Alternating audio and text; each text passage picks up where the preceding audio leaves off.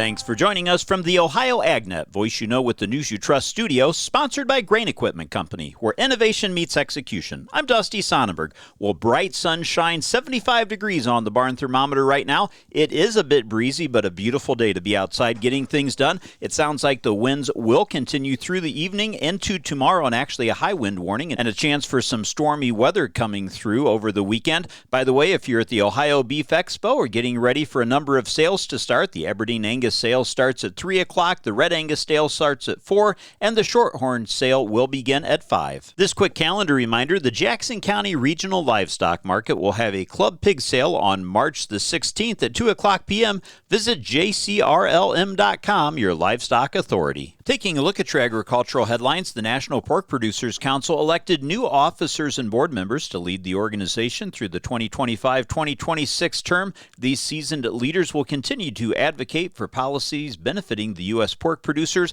and ensuring the industry's growth and stability and resilience on a national level. Ironically, Ohio has 2 of the national board members. President now of the 2025-26 National Pork Producers Council is Dwayne Statler from Macomb, Ohio. He's a 5th-generation pork producer. Dwayne operates Statler Family Farms alongside his son Anthony, and he's been actively involved in national and state-level agricultural policy discussions and served as a strong voice for producers on sustainability and environmental stewardship. Also, Vice President will be Pat Hord from Bucyrus. As CEO of Hord Family Farms, Pat has led a diversified agriculture operation, overseeing the growth of the family business while remaining involved in industry policy. Well, let's get an update on your Friday and into the weekend weather forecast brought to us by Seed Consultants. Simply better performance, online at seedconsultants.com. Windy and warm for the balance of this afternoon. I'm Chief Meteorologist Ryan Martin. Quick forecast update here in Ohio. We're still on track to see some precipitation come in overnight tonight into and through tomorrow.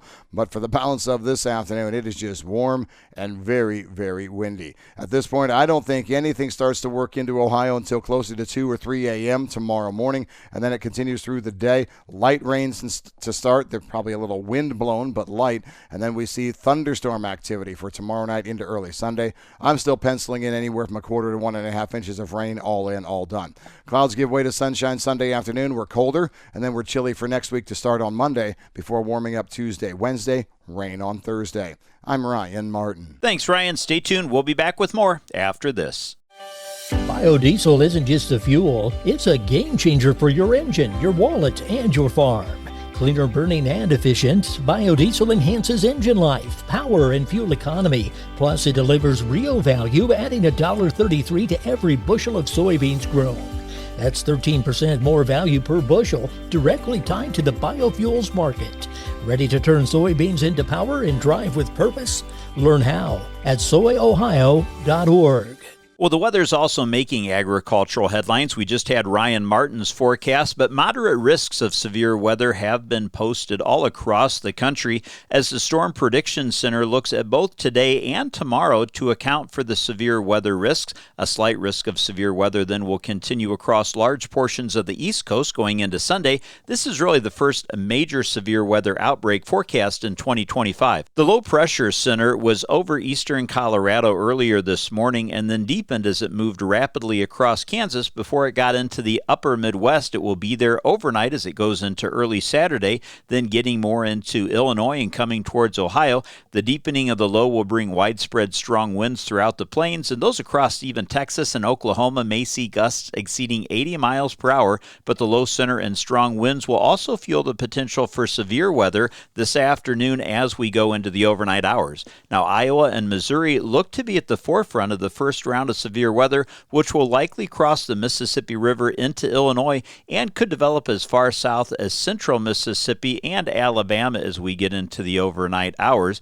The main low pressure center moves far away to produce severe weather for the weekend, but a secondary low pressure center now moving through California early Friday will pick up the front left behind from the storm and increase the severe weather risk for Saturday across the Gulf Coast and the Mid-South. Here in Ohio, it looks like we may be spared just a little bit as that front comes through in the overnight hours, and when the sun goes down, it could lose some energy. Well, let's take a look now at how your market's closed for a Friday, brought to us by Seed Consultants. Simply better performance, online at seedconsultants.com. Well, the markets closed mixed as we wrapped up the trading week. May corn was down 6 3/4 cents at $4.58 1/2 cent. December new crop corn closed down 1 1/4 at $4.51. Now May soybeans closed up 5 1/4 cents at $10.16. November new crop beans were up 6 1/4 at $10.18. Wheat for May closed down 5 1/2 cents at $5.57. The July 25 new crop was down 5 1/4 at $5.73.